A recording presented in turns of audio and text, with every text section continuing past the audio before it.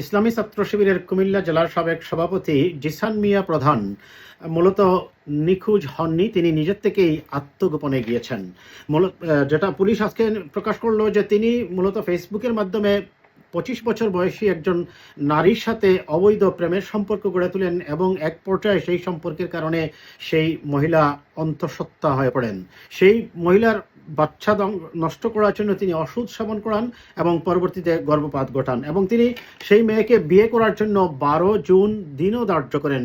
তার ঠিক আগের দিন তিনি নিজেই নাটক সাজিয়ে আত্মগোপনে চলে যান। কিন্তু তার চেয়ে বড় কথা হচ্ছে আজকে পুলিশ যে রিপোর্টটা দিল, সবচেয়ে বড় কথা হচ্ছে যে তার আত্মগোপনে যাওয়ার পর ইসলামী ছাত্র শিবিরের পক্ষ থেকে বিবৃতি দেওয়া হলো যে তিনি নিখোঁজ হয়েছেন, তাকে উদ্ধারের জন্য তারা দাবি জানান।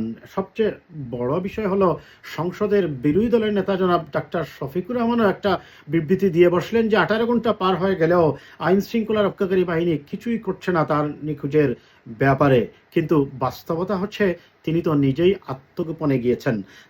তার মতো ব্যক্তি যখন এই ধরনের বিবৃতি দেন, এটাকে কেন্দ্র করে যদি ওই অঞ্চলে বা কোনো ধরনের মব সহিংসতা হতো কিংবা কোনো ধরনের বড় সংঘাত হতো, তাহলে এর দায়িত্বটা কে নিত? কাজেই সংসদের বিরোধী দলীয় নেতার মতো পদে থেকে এই ধরনের বিবৃতি দেওয়ার আগে বিষয়টি জেনে তদন্ত করেই আগে দেওয়া উচিত বলে আমরা মনে করি এবং এ ধরনের নাটক থেকে নিজেদেরকে নিবৃত রাখাই উচিত হবে সকল পক্ষের।